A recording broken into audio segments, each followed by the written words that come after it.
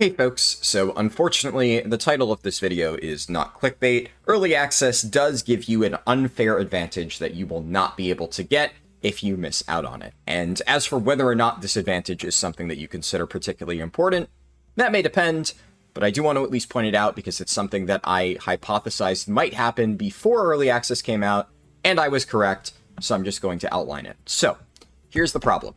Whenever you get to a higher level in rep, with any faction, this applies to all four of them, you can get a 597 champion piece from the Renown vendor. And in the case of Hollowfall Arathi, there's actually two of them. You can get another necklace at Renown 22, and there are boots from Council of Dornegal at Renown 16, I believe. Yep, Renown 16. Assembly of the Deeps has a belt at Renown, I believe, 19. And then Severed Threads has a trinket, also at Renown 19. This one might not be good for everybody, but it still is yet another 597 piece.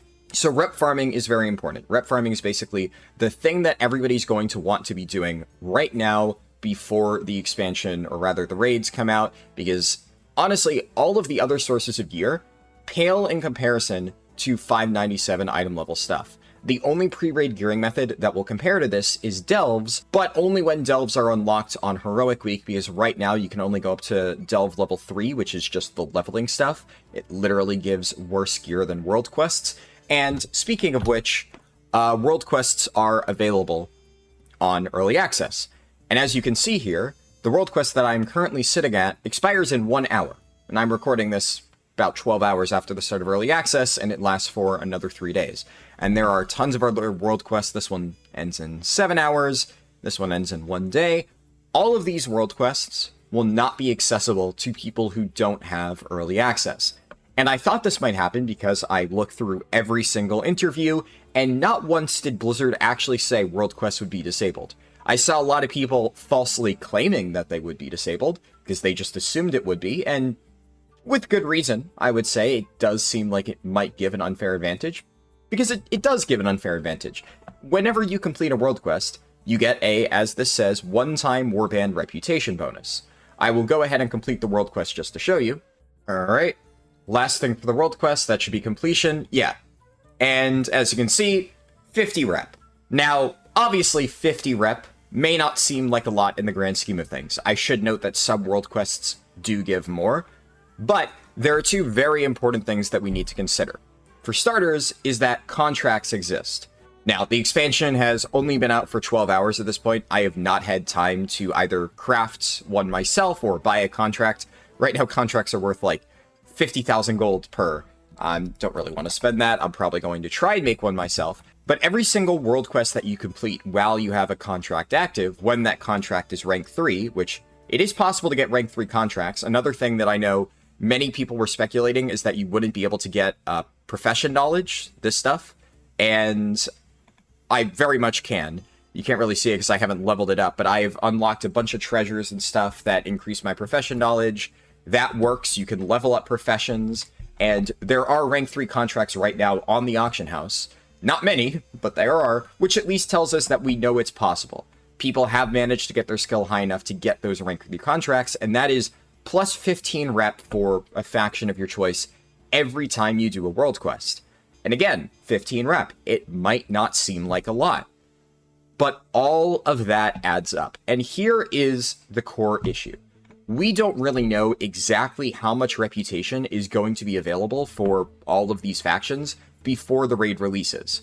It might be that there are enough guaranteed sources of rep to get all the way to the super high renown levels, even if you aren't grinding world quests and stuff, and everybody's guaranteed to get this 597 champion piece. Now, I do not think that is the case, because when I did a bunch of endgame testing on beta, and I did basically every single possible side quest, I got up to maybe like Renown 10 on all of these factions, and anything beyond then, you kind of just needed to start grinding for. And that's how it worked in Dragonflight, so it's pretty safe to assume that that's how it's going to work again. Which means that if you want to get these items, you need to farm rep. And again, the issue with this champion gear is that when Heroic Raid comes out, on the 10th, Mythic Plus is not going to be available. The only source of gear that we're going to have reliably to get prepared for raid is Mythic Zeros. And I've heard a lot of people say, well, why does this matter when you could just do Mythic Zeros? This is why it matters, because Mythic Zeros give 593 veteran gear. They are not champion. They are not only lower item level, but they are an entire upgrade track behind the reputation gear.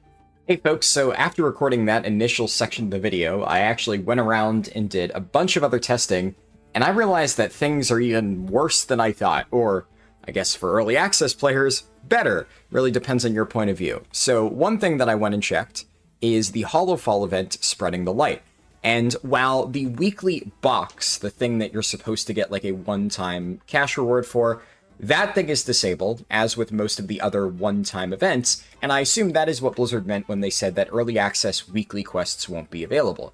However, that is only one weekly quest that is unavailable, and there are tons of smaller weekly quests that are still available. And while they may not be giving a box that gives really good gear, they're still giving a ton of reputation, which, as we've just gone over, really matters, even more so than the world quests, which give 50. A lot of these quests and rare mobs that spawn give 200 rep per, which is kind of a lot, because there's a ton of them. And in many cases, they also give pieces of adventurer gear, which currently is not that important. However, if there is a hidden high watermark system like there was in Dragonflight, which everything I've seen so far leads me to believe that there is, I could be wrong in that. If that is the case, then getting adventurer gear now will allow you to farm even better pieces, maybe veteran pieces, who knows, from rare mobs later on. That much I still need to test to figure out, but either way, getting limited time gear rewards that are significantly better than stuff like world quests, normal dungeons, etc., that's kind of a big deal. It's even better than heroic dungeons right now because their item level is capped, because Blizzard doesn't want you to be able to farm heroic dungeons, I guess. I don't really understand that, why world events still give full items and dungeons have a random cap. It seems really counterintuitive, but what do I know? Now, the other really big one is right now there are these things called special assignments. And special assignments, you can think of them like emissaries from Legion, stuff like that. These emissary quests will activate after you've completed a certain number of world quests in a particular zone. At the time of recording, there is one available in the Isle of Dorn and another one available in the Ringing Deeps.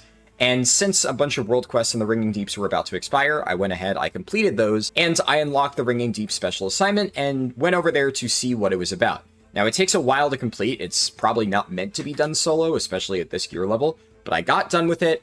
I killed the boss, I got a chest, and out of that chest, in addition to another piece of adventurer gear, I got a restored coffer key. And this is, I would argue, the most significant thing that you can get right now. I feel like this probably isn't intended, because if you're unfamiliar with how restored coffer keys work, this is what you use to get higher item level loot out of delves.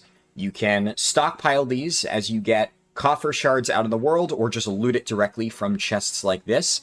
You build up your coffer keys, and then when bountiful delves appear out in the open world, so if you look around the map, you can see that certain delves are marked as bountiful. It says it contains a bonus treasure chest that can be opened with a restored coffer key, and you can see here I have one. Now, these delves will cycle around. There's another one you can see here in Hollowfall, and after the time frame there, I believe it is once per day, it'll move to a different delve, and I'm pretty sure you can only open it once per day. Don't quote me on that. I didn't really extensively test that during beta. But the important thing is, in order to access the best gear out of these bountiful delves, you need to have restored coffer keys. And I should note, it is crucial that you do not spend any of your restored coffer keys right now, because currently, delves only go up to level 3. When heroic raids come out, delves are going to go up to level 8, which is the highest that the gear rewards drop from. Level 8 delves, when you open a chest in a bountiful delve with a restored coffer key, will give champion track gear, which is on the level of the reputation rewards that, as I mentioned, are really good, but more importantly, it can be farmed multiple times, at least as many as you have restored coffer keys. And the fact that there are limited sources of restored coffer keys available during early access, effectively every single one of these translates into an additional piece of champion gear that players who do not have early access will not be able to get. And again, just to reiterate, because the only repeatable source of gear during Heroic Raid Week is M0, at least repeatable as in daily, you are not going to be able to reliably farm champion gear unless you have a bunch of these keys stockpiled. The more that you farm now, the more gear you'll be able to get when raid comes out. So, whether or not you view this as a notable advantage, whether you care about this personally, it factually goes against the things that Blizzard stated would be working in early access. They have literally said on multiple occasions that important weekly sources of rewards will not be available, and they have said that when the raids release, you should not be able to tell who got early access and who didn't. Well, I can assure you right now that when one person has significantly more restored coffer keys on raid week, when they're going in to get that champion gear, that's going to be a pretty fucking easy to spot difference between an early access and a non-early access player. Whether or not this is important to you, it is just factually against what Blizzard stated would be true.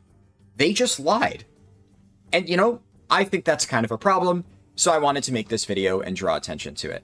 If you have early access, I mean, go and get this stuff done ASAP, especially because, as we can see in Isle of Dorn, one of the special assignments expires in 11 hours, so I'm gonna have to get that done at some point, which means my next 11 hours, I'm gonna be trying to farm a contract, and then I'm gonna knock out all the world quests in Isle of Dorn and do the special assignment before it goes away.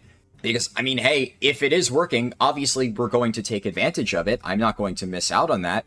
But it does kind of suck because the entire pitch of early access was, you don't need to worry about any of this stuff. You can just chill, level alts, have fun, which I was kind of looking forward to doing, leveling all of my different alts. And more importantly, if you don't have it, you will not be at a disadvantage. And I'm sorry, but that is just factually not the case. Blizzard just lied. So, hopefully you found this video helpful. If you are not an early access gamer and you're pissed off about this, I don't blame you. Make some noise on Reddit, make some noise in the forums. This fucking sucks. Blizzard needs to be better at communicating. If they're going to do shit like this, they need to stop fucking lying in interviews. Anyway, that's it. I'll catch you in the next video. Peace.